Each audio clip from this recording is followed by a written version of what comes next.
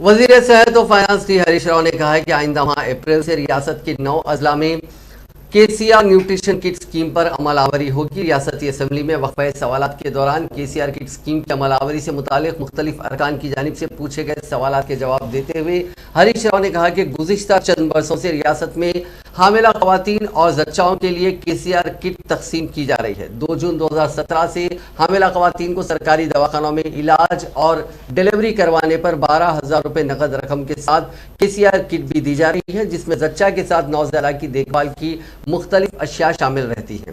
उन्होंने कहा कि अब तक रियासत भर में 13,29,951 जच्चा खवातीन में केसीआर किट्स तकसीम किए गए हैं। इस स्कीम पर हुकूमत ने अब तक 1,387 करोड़ रुपए खर्च किए हैं। इसके अलावा हुकूमत ने रियासत के हर सरकारी दवाखाने में माता शिशु आरोग्य रक्षण केंद्र कायम किया है, जहां नौज़ायदा बच्चों और जच्चा की मुकम्मल तिब्बी निगहदाश्त की जा रही है।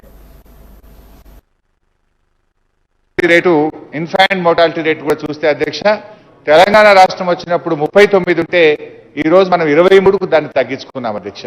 దేశం యొక్క సగటు 35 అయితే మన తెలంగాణ రాష్ట్రం యొక్క సగటు ఇది 23గా ఉందని చెప్పి మీ ద్వారా గౌరవ సభ్యులకు తెలియజేస్తున్నాను అధ్యక్ష।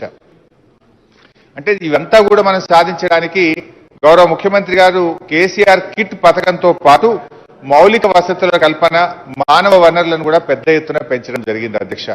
అంటే 305 ఏవైతే ప్రసవ గదులు ఉన్నాయో వాటిని 29 కోట్ల రూపాయలతోని అభివృద్ధి చేయడం జరిగింది। రాష్ట్రంలో 23 కొత్తగా మాతా శిశు సంక్షేమ ఆసుపత్రులను 407 కోట్ల రూపాయలతో నిర్మించడం జరిగింది। గౌరవ శాసనసభ్యురాలు శ్రీమతి పద్మ గారు కూడా మా మెదక్లో ఎంసీహెచ్ హాస్పిటల్ను తొందరగా ప్రారంభించాలని చెప్పి వారు కోరినారు। వాస్తవానికి మనం 22లో మెదక్ కూడా ఉంది।